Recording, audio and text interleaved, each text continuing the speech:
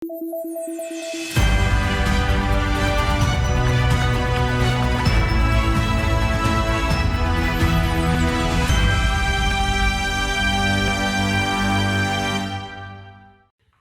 pemirsa, jumpa lagi bersama saya Dewi Sulistia dalam Lampung 8. Sejumlah informasi telah kami rangkai dan siap kami sajikan untuk Anda. Inilah Lampung 8 selengkapnya.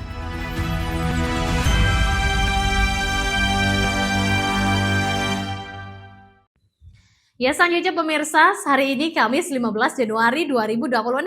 Seluruh aparatur sipil negara, ASN di Provinsi Lampung wajib mengenakan batik khas Lampung dan menggunakan bahasa Lampung dalam aktivitas kedinasan. Bukan saja ASN daerah, tapi juga ASN vertikal.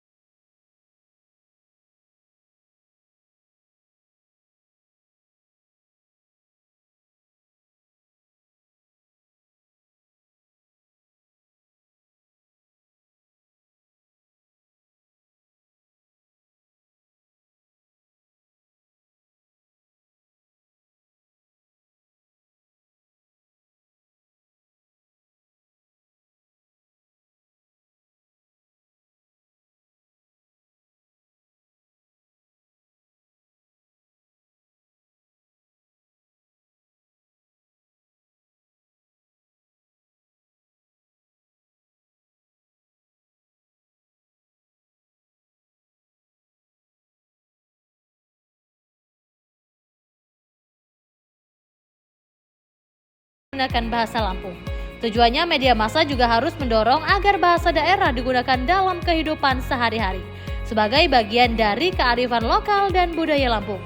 Gubernur membebaskan dialek mana yang mau dipakai dari 2 dialek bahasa Lampung yang ada. Dari Bandar Lampung, Tim Liputan Garuda TV melaporkan. Ya, informasi lainnya pemirsa, sebuah video yang menampilkan kemarahan Kepala Sekolah SDN 3 Sindang Sari, Kecamatan Kota Bumi pada Senin 12 Januari 2026. Karena kiriman makan bergizi gratis MBG ke sekolahnya tak layak konsumsi, menyedot perhatian publik. Bahkan sehari setelah video tersebut viral, Satuan Pelayanan Pemenuhan Gizi Pengiriman MBG ke sekolah tersebut langsung ditutup oleh Badan Gizi Nasional. Saya minta tolong sama kamu, sampein sama Bapak Presiden Prabowo dari Lampung Utara, SD Negeri 3 Singangsari, Pak Pampres, karena kita selalu live, selalu ketemu, selalu WA, tolong. Akibat pengiriman MBG hari Senin 12 Januari 2026 yang dipersoalkan Kepala SDN 3 Sindang Sari karena tak layak konsumsi, sejumlah siswa mengalami gejala keracunan. Sedikitnya ada 11 anak dengan keluhan sakit perut, diare, dan muntah-muntah. Inilah video Kepala SDN 3 Sindang Sari, Kota Bumi, Ida Yulia Mega, yang kesal karena kiriman MBG ke sekolahnya dinilai tak layak konsumsi. Ida terlihat sangat marah karena bukan baru kali ini saja. Sajian MBG yang dikirimkan dari SPPG Sindang Sari dinilai tak layak makan. Terkait masalah video tadi yang sudah viral, itu benar adanya, itu adanya di lapangan seperti itu, dan mereka dari dapur MBG pun sudah mengakui, sudah menyicipi, semua itu benar, mereka mengakui apa adanya dan mereka merasakan bahwa itu betul-betul busuk, pahit, basi. Kejadian ini udah berapa kali terulang? Udah kesekian kalinya Pak, ini saya sudah tak tampung lagi di otak saya. Jadi Bu, itu sempat vakum kan Bu ya? Sempat vakum selama 3 minggu, karena itu mereka bilang itu kesalahan intern mereka, oke, itu intern mereka. Oke, udah ada penjelasan tadi dan kami pun tidak mempermasalahkan itu. Gitu. Kepala SPPS Sindang Sari, Abid Saputra, mengakui adanya kelalaian dan menyatakan pihaknya telah mengambil langkah tanggung jawab serta melakukan evaluasi para pekerja. Itu udah pasti Pak. Udah si relawannya saya bakal lebih tegas lagi, bakal ngecek teliti lagi, ya bakal lebih baik lagi itu Mbak. Nanti intinya tanggung jawab ya Pak Siap. Kami bakal bertanggung jawab ke depannya, bakal lebih teliti lagi lah Mbak. Menindaklanjuti peristiwa tersebut, Badan Gizi Nasional bertindak cepat. Selasa 13 Januari 2026 langsung menghentikan sementara operasional SPPG Sindang Sari tersebut. Dalam surat penghentian, BGN menjelaskan penghentian sementara dilakukan guna kepentingan investigasi serta menunggu hasil pemeriksaan laboratorium dari Dinas Kesehatan dan Badan Pengawas Obat dan Makanan. Dari Lampung Utara, Tim Liputan Garuda TV melaporkan. Ya pemirsa, satu unit bus penumpang terbakar hebat saat melintas di ruas tol KM 94 Bangkauheni Terbanggi Besar, Lampung Selatan. Pada Rabu pagi, asal api diduga dari blower AC. Akibat kejadian tersebut, arus lalu lintas sempat terganggu, namun tak ada korban jiwa. Bus penumpang bernomor polisi BM7090LU terbakar hebat di KM 94 Tol Bakauheni Terbanggi Besar, Lampung Selatan, Lampung pada Rabu pagi 14 Januari 2026. Bus dikemudikan Beni Siregar, berusia 42 tahun, warga Kota Bekasi, Jawa Barat, melaju dari arah Bakauheni Selatan menuju Terbanggi Besar. Api tiba-tiba muncul dengan cepat, membesar dan menghanguskan seluruh bagian bus. Mendapat laporan, petugas pemadam kebakaran dan penyelamatan Kabupaten Lampung Selatan segera turun ke lokasi kejadian. 1 unit mobil pemadam dan 6 personil diturunkan. Api bisa dipadamkan setelah 3 jam melakukan proses pemadaman. Dugaan sementara api berasal dari ruang AC dan menyebar ke seluruh badan bus. Dari arah Bakau menuju arah Natar. Ya. Kejadian musibah kebakaran tersebut di kilometer 94 ya, plus 600 jalur A. Tidak ada korban dalam musibah tersebut.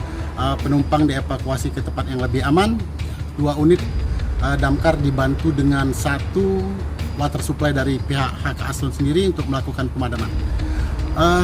Dugaan sementara kebakaran tersebut adalah percikan api dari blower AC mobil bus tersebut ya, dari instalasinya. Tak ada korban jiwa atas peristiwa tersebut, namun lalu lintas sempat terganggu. Dari Lampung Selatan, Tim Liputan Garuda TV melaporkan. Ya selanjutnya pemirsa, Dewan Perwakilan Rakyat Daerah Provinsi Lampung menyatakan dukungannya terhadap rencana pemerintah provinsi dalam mentransformasikan transportasi publik melalui kehadiran layanan taksi listrik ramah lingkungan di wilayah Bandar Lampung. Namun begitu DPRD Lampung mengatakan terkait regulasi yang akan diberlakukan sebelum taksi listrik beroperasi. Dewan Perwakilan Rakyat Daerah Provinsi Lampung menyatakan dukungannya terhadap rencana pemerintah provinsi dalam mentransformasikan transportasi publik melalui kehadiran layanan taksi listrik ramah lingkungan di wilayah Bandar Lampung. Wakil Ketua DPRD Provinsi Lampung, Naldi Rinara, mengatakan bahwa kebijakan tersebut merupakan langkah strategis dalam rangka meningkatkan pendidikan daerah, membuka lapangan kerja baru, menekan angka pengangguran, serta mewujudkan Provinsi Lampung sebagai daerah yang ramah lingkungan. Namun DPRD Lampung menegaskan bahwa implementasi kebijakan harus sejalan dengan regulasi yang jelas, komprehensif, dan berkelanjutan. Hal ini menjadi penting mengingat Provinsi Lampung diproyeksikan menjadi role model sebagai provinsi pertama di Pulau Sumatera yang menetapkan kebijakan transportasi publik berbasis kendaraan listrik. DPRD siap menjalankan fungsi legislasi, pengawasan, dan penganggaran guna memastikan kebijakan taksi listrik berjalan sesuai dengan ketentuan hukum serta memberikan manfaat maksimal bagi masyarakat Lampung. Dari Bandar Lampung, Tim Liputan Garuda TV melaporkan. Ya pemirsa, PT PLN memastikan kesiapan infrastruktur pengisian kendaraan listrik untuk mendukung rencana pemerintah Provinsi Lampung dalam menghadirkan layanan taksi listrik di Bandar Lampung dan kawasan aglomerasinya.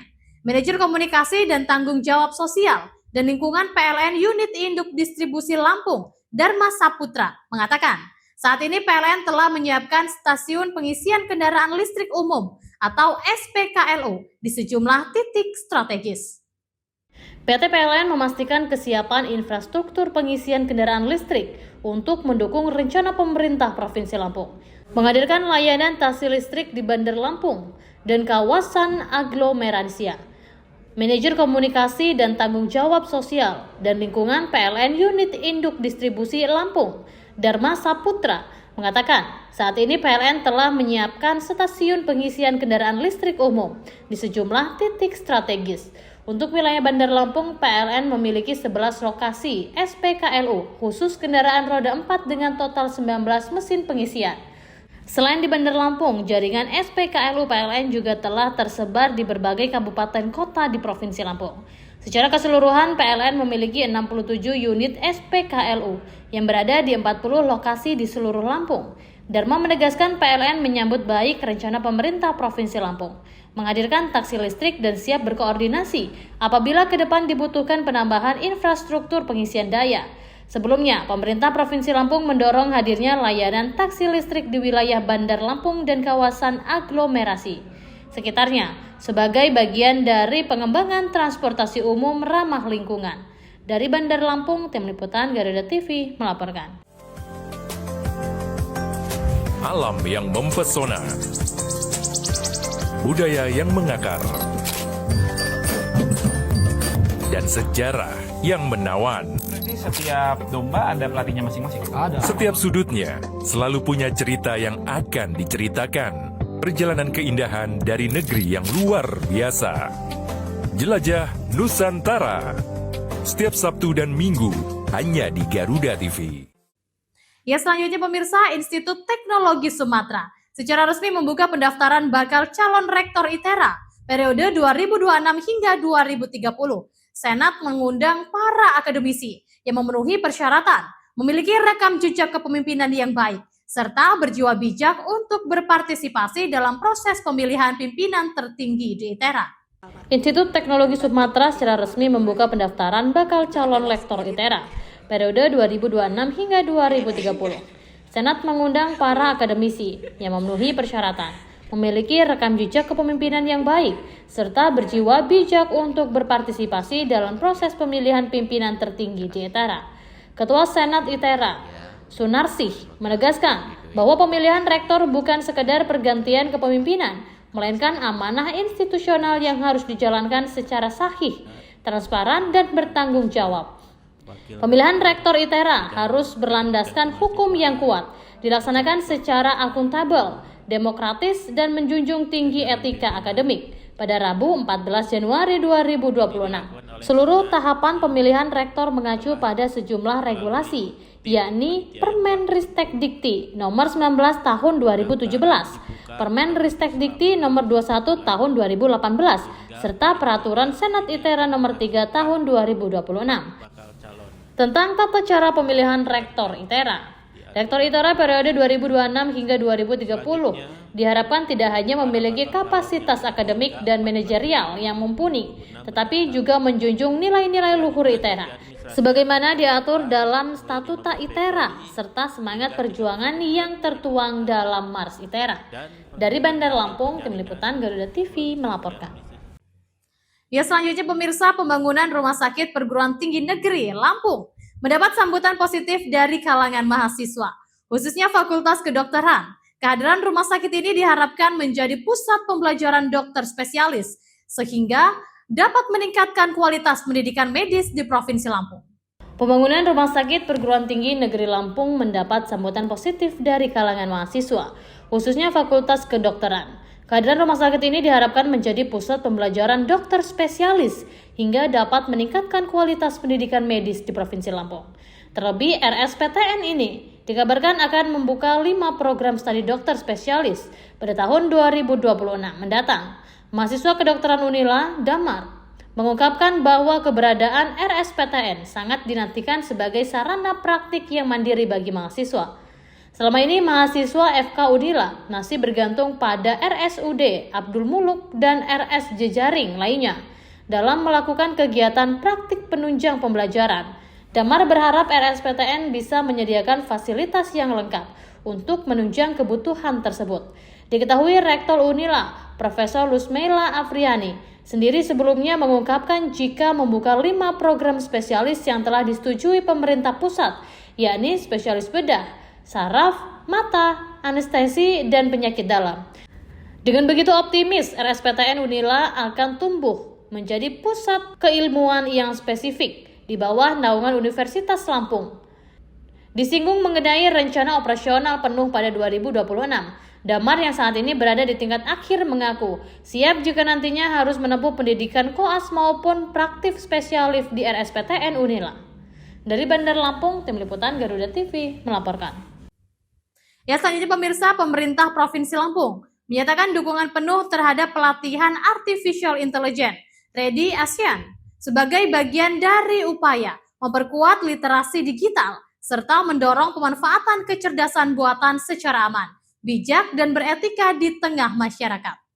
Pemerintah Provinsi Lampung menyatakan dukungan penuh terhadap pelatihan Artificial Intelligence Ready ASEAN sebagai bagian dari upaya memperkuat literasi digital serta mendorong pemanfaatan kecerdasan buatan secara aman, bijak, dan beretika di tengah masyarakat. Hal tersebut disampaikan Wakil Gubernur Lampung Jihan Nurlela saat membuka pelatihan AI Ready ASEAN yang diselenggarakan oleh Masyarakat Anti Fitnah Indonesia secara daring melalui Zoom pada Rabu 14 Januari 2026. Wagub Jihan mengapresiasi konsistensi Mafindo Lampung dalam mengedukasi masyarakat terkait literasi digital dan keamanan ruang cyber. Ia juga menyampaikan terima kasih kepada seluruh jaringan yang selama ini aktif melakukan sosialisasi pemanfaatan teknologi digital dan kecerdasan buatan baik di lingkungan pendidikan maupun komunitas melalui kolaborasi dengan pemerintah dan sektor swasta. Menurut Jihan, masyarakat saat ini hidup di era digital yang menawarkan kemudahan sekaligus tantangan. Berdasarkan data Asosiasi Penyelenggara Jasa Internet Indonesia (APJI), pada 2025, jumlah pengguna internet di Indonesia mencapai sekitar 229 juta orang. Dari Bandar Lampung, Tim Liputan Garuda TV melaporkan. Ya pemirsa, Bupati Pesisir Barat Dedi Irawan memberikan tanggapan atas keluhan pegawai pemerintah dengan perjanjian kerja paruh waktu yang berasal dari wilayah jauh seperti Kecamatan Bengkunat dan Lemo. Para pegawai sebelumnya bekerja di daerah domisili masing-masing, namun menempatkan berdasarkan surat keputusan, membuat mereka dipindahkan ke lingkungan pemerintah daerah. Bupati Pesisir Barat Dedi Irawan memberikan tanggapan atas keluhan pegawai pemerintah dengan perjanjian kerja paruh waktu yang berasal dari wilayah jauh seperti Kecamatan Bengkunat dan Lemong. Para pegawai sebelumnya bekerja di daerah domisili masing-masing, namun penempatan berdasarkan surat keputusan membuat mereka dipindahkan ke lingkungan pemerintah daerah. Rapat pembahasan penataan PPK paruh waktu tersebut digelar di ruang Payung Agung lantai 4 Kompleks Perkantoran Pemda Pesisir Barat. Dalam rapat, Bupati menyampaikan bahwa kebijakan penempatan yang berlaku saat ini menimbulkan keluhan terkait jarak tempuh yang jauh, tingginya biaya transportasi, hingga resiko turunnya efektivitas kinerja para pegawai. Bupati menegaskan agar seluruh PPK paruh waktu dikembalikan ke lokasi penugasan awal, terutama bagi tenaga pendidik yang sebelumnya bertugas di satuan pendidik di daerah asal. Kebijakan ini penting untuk menjaga kelancaran pelayanan publik, khususnya di kantor pendidikan, serta memberikan rasa keadilan dan kenyamanan bagi para PPK paruh waktu. Dari Pesisir Barat, Tim Liputan Garuda TV melaporkan.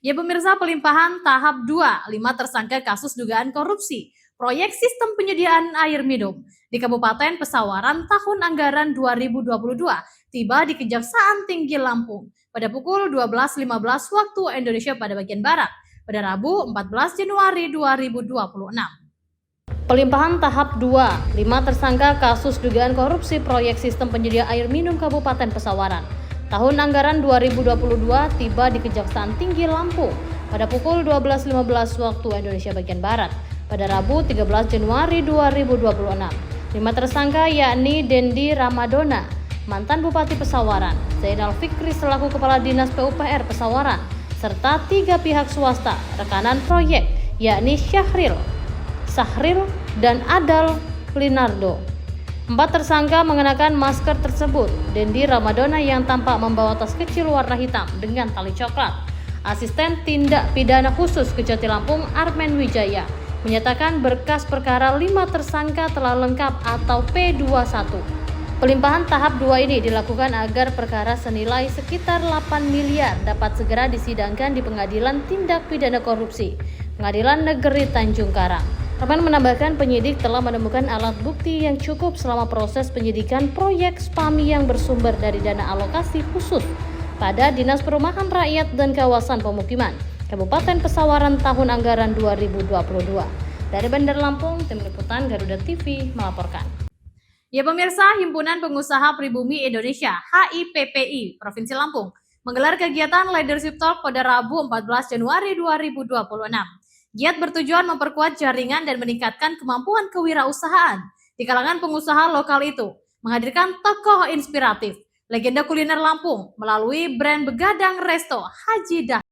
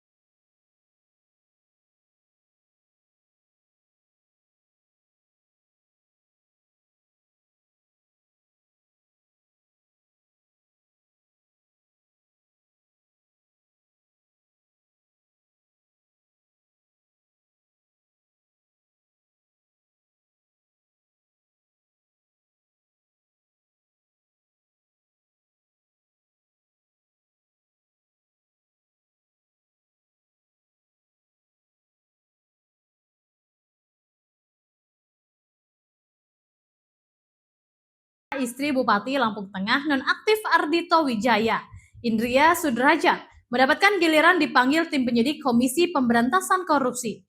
Panggilan masih dalam kasus dugaan suap dan gratifikasi proyek di lingkungan Pemkab Lampung Tengah. Panggilan terhadap Indria karena dirinya juga menjabat sebagai Sekretaris Dinas Pemuda dan Olahraga Pemkab Lampung Tengah. Istri Bupati Lampung Tengah nonaktif Ardhito Wijaya, Indria Surajat, mendapatkan giliran panggilan tim penyidik Komisi Pemberantasan Korupsi. Panggilan masih dalam kasus dugaan suap dan gratifikasi proyek di lingkungan Pemkab Lampung Tengah. Juru bicara KPK Budi Prasetyo mengatakan, hari ini Rabu 14 Januari 2026, tim penyidik memanggil Indria Sudrajat selaku Sekretaris Pemuda dan Olahraga Pemkab Lampung Tengah. Indria merupakan istri dari tersangka Ardhito Wijaya.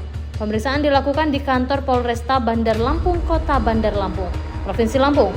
Selain itu, tim penyidik juga memanggil 5 orang saksi lainnya, yakni Umar dan Novi selaku staf dan Dinas Bina Marga Pemkab Lampung Tengah, Heri Saputra selaku Kabid di Dinas Bina Marga Pemkab Lampung Tengah, Sayuti selaku Ketua RT 024 Kelurahan Hadimulyo Timur, Supriyanto selaku tukang kebun, dan Yuni Sintowati selaku PNS di Pemkab Lampung Tengah. Dari Bandar Lampung, Tim Liputan Garuda TV melaporkan. Ya, demikian pemirsa, informasi tadi sekaligus mengakhiri perjumpaan kita pada hari ini. Tetap saksikan Lampung 8 dimanapun Anda berada. Saya Dewi Sulistya beserta kru dan jajaran yang bertugas pamit undur diri dan sampai jumpa.